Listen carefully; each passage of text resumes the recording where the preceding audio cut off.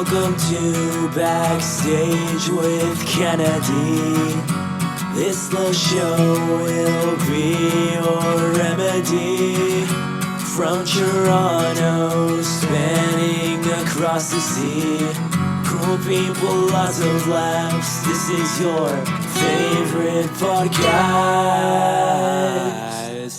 Hello and welcome. My name's Kennedy from the Backstage with Kennedy podcast.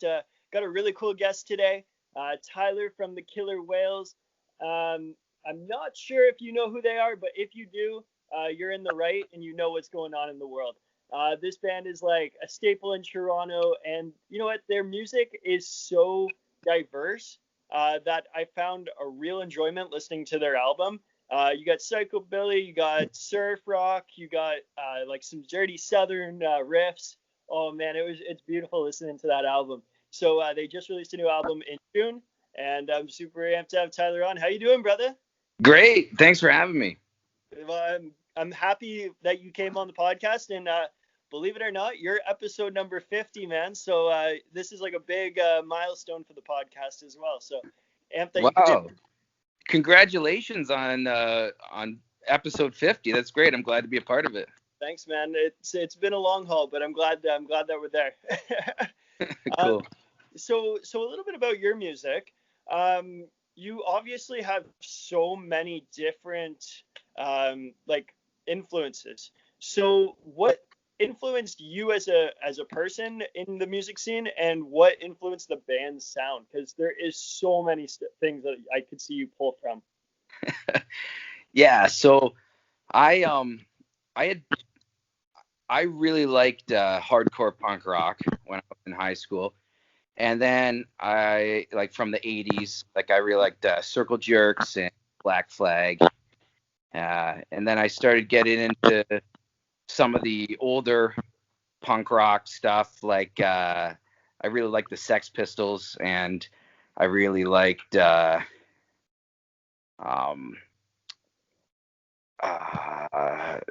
Cramps. Mm-hmm. And sort of like early 80s and 70s stuff. And I started kind of delving more into like kind of like New York punk rock, like Johnny Thunders, the Heartbreakers, and the Stooges. And then as I kind of got older, I started getting kind of like classic rock stuff. Yep. Like I like a lot of Psych, like Cream from the 60s, and Arthur Brown. That's a real favorite of mine, of psychedelic. Yeah. Stuff. Yeah. And so I had a hardcore punk band when I was in my early 20s, and it was just me on bass and my buddy on drums, and we rocked out hard. We were called Good and Evil. And my buddy moved away to go to flight school, and so I was left to start a new band.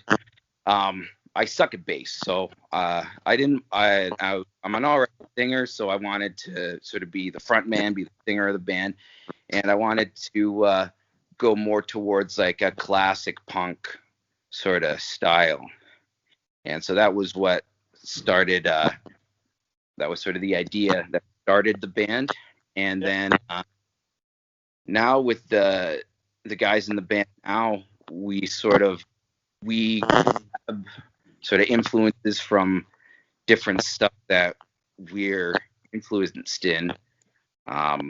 Like Ben, who's our lead guitarist, I guess one of our lead guitarists. We kind of have two, I guess, lead guitarists. They trade off doing solos, and we got a song on our EP called With Me where they do a dueling solo, which is pretty cool. But Ben brings some prog rock. He likes prog rock, and he likes doom metal. Okay. Yeah, those are kind of his favorites. Malcolm, he's the bassist. He likes all sorts of rock music. He likes a lot of the classic stuff. He likes metal. He plays in metal as well. And then Jack is X, the other lead guitarist, he's really into alternative stuff like Smashing Pumpkins is one of his favorites, and also like punk rock, like SoCal punk rock, like Offspring's another one of his favorites, and also the Pixies would be another favorite of his from alternative music. And Julian, our drummer, he loves hardcore punk rock and rap music, and he was in a rap group called Trilogy. I know I heard your rap background too, hip hop, I guess. For years, but yeah. Yeah. So he always wants to throw in like the fastest drum beat he can. He always so we've got that. We've got lots of dynamic in our songs. We want to keep it interesting for not for people listening to it, but for ourselves when we play it. Yeah, well, and yeah, I mentioned to you before we got on that, like, I have ADD, so for me to stay through an album and be concentrated on it the entire time can be really tough. But I found it really easy with you guys because you were changing things up so much. I was just like sitting there and I'm like, what the hell? What the hell? How did they? No way, they're not doing this now. Like, I love it, man. I love it. Like, very, very diverse. Like, you never really knew what was going to come up on that next song. Like, really nice, man. And I guess all those different flavors of inspiration, yeah, truly have made this. Not hearing any hip hop in it yet, but I mean, who knows what's going to come in the future for you guys? Yeah, I want to put some in. I want to get Julian rapping some bars on it, but he's got to and rap at the same time. Yeah. So we got to work it in somehow, but hopefully. Yeah, that's really tough. That is like incredibly tough. Yeah.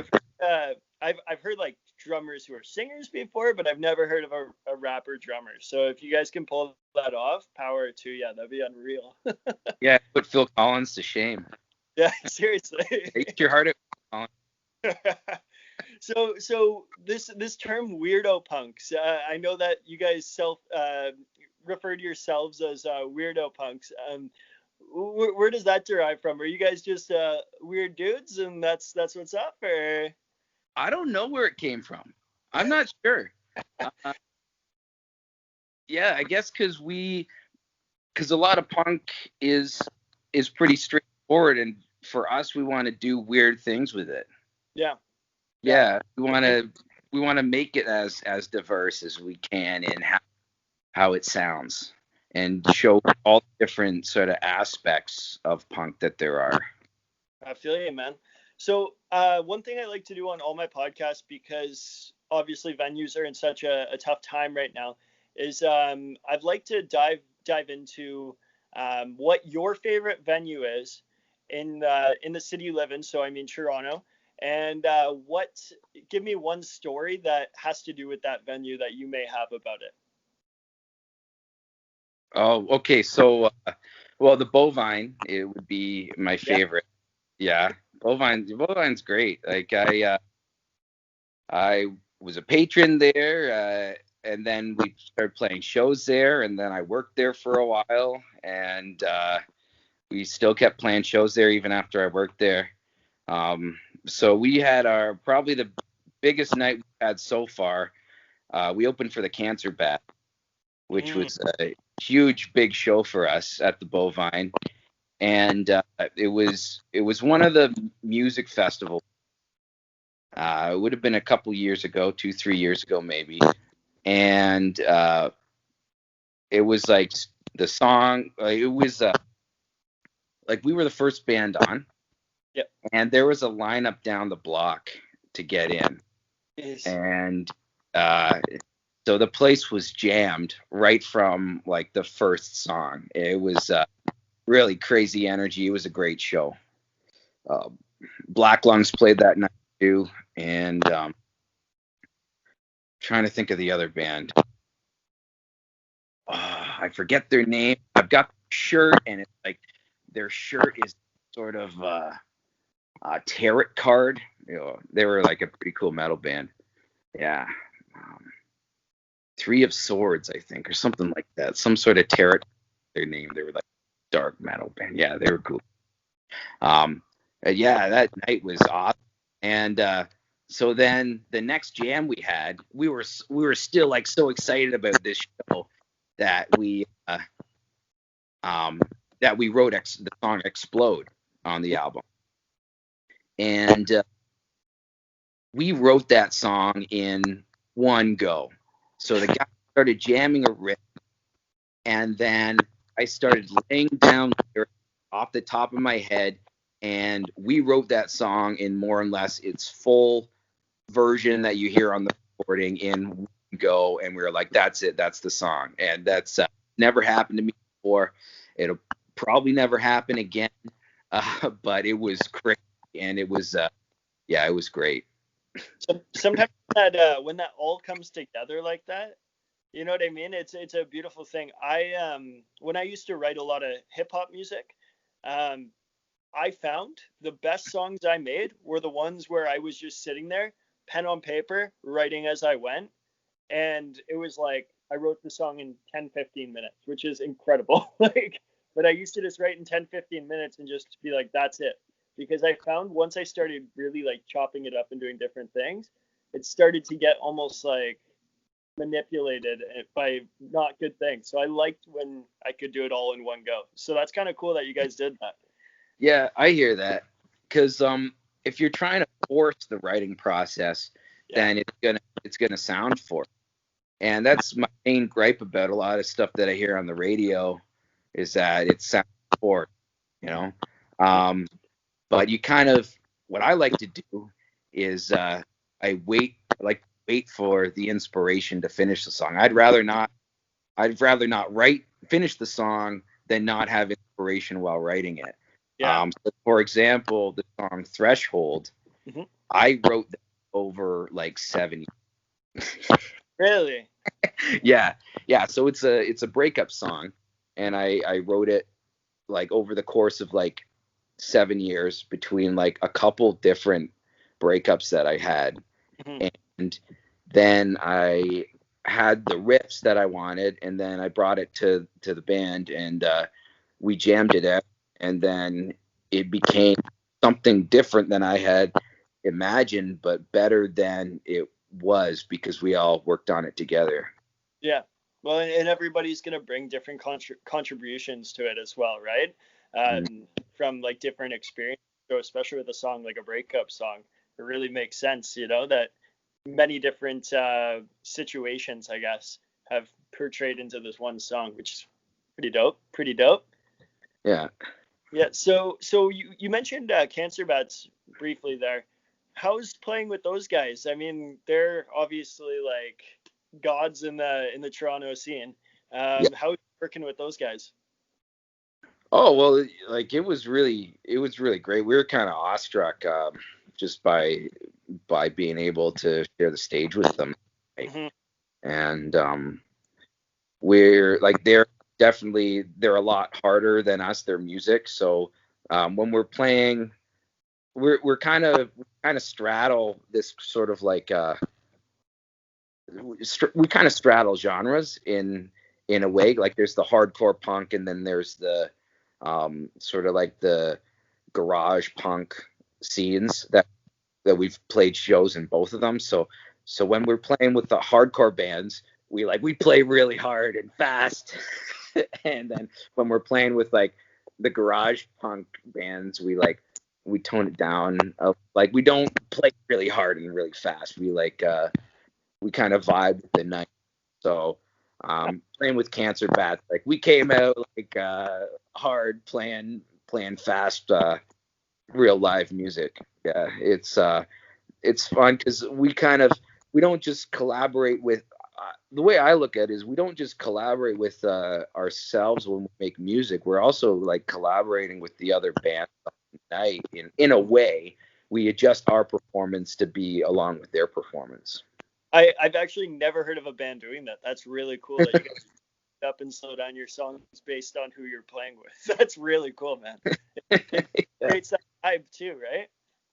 Yeah, for sure. We want to give the audience the best show that they can have. Yeah. When I was doing hip hop shows, um, I used to get on because I was a big punk guy. Like I love punk. even though I was a hip hop artist and predominantly was listening to a lot of hip hop at the time. I was getting on these weird bills. Dave actually booked me on a Bovine bill, and it was two hardcore bands and myself. It was so bizarre. And I was like a introspective stoner rapper. I'm like, I opened, and then all the people who stuck around who were like hip hop people were like standing there like, what the hell is going on right now? It was a completely different world to them. Yeah. You know, Bovine does interesting stuff like that too. Like Oh yeah. they like to mix in the genres. So it's kind of cool that you guys did that, yet you still manipulated your music to get to that different genre almost, you know? It's kind of cool. Yeah, for sure. We're able to push it or sort of like stretch it out a bit, I guess. Yeah. It's Yeah, cool. man. Yeah. So the album came out in June. Like, it's been a while now. Like, I mean, with quarantine and stuff, it's been a couple months. Is there anything that you guys are working on in the future or any plans for the future? Obviously, touring's kind of shot right now because of the quarantine. But yeah, is there anything that's really you're planning? We had a lot of plans. We basically had like our next album is we've got the songs written. We just need to tweak them. Beautiful. And really sort of sit down and decide what the final structure is going to be. Yeah, it sort of just came out of nowhere, and I guess sort of kind of apocalypse on the entertainment industry. Mm-hmm. It's been tough. We haven't jammed. We keep in contact. We chat online all the time. But our jam space is really small too. So like we can't properly socially distance in it. And I'm still working full time. I'm an industrial mechanic apprentice. Okay. So I'm still going into work all the time. There's about 100 people that work there. So I don't know, it'd be easy for me to like bring COVID into the situation. And then like Julian just had twins, so he's got two little baby boys. And you know, I don't know. It's real tough right now, but we're like I think we're gonna survive through this just because like I look at having a band in the same way that a guy would look at playing old time hockey. Yeah. Or playing like old timer hockey. Whereas like this is the thing that I do with my buddies in my free time. And I'll probably do it for like the rest of my life. It's kind of what I look at it as. We play shows, we make music together, and we have fun. So we'll be there, hopefully, on the like all of us. I'll still want to do music and things the other side of COVID. So. Absolutely, and that's good, man. I think the bands that are releasing albums right now are almost a step ahead because people are at home, they got nothing better to do, they got to listen to some music, keep themselves sane, and you guys are providing that opportunity for people to do that. So God bless you, brother. Thank you, man. Thank you. I'm really glad that you enjoyed it. Yeah, dude, it was sick. All right, man. So where can people check out the new album? Where can people check out your band's music? Let the people know. Wails.ca. That's WAILS.ca. And so we've got our new album on there, our self-titled album. That's the one with the album cover that is the word "the killer whales" falling into a black hole. That is the album cover. And then we've got our EP up there too. That's called "Do You Have Any CDs?" And that's kind of a joke because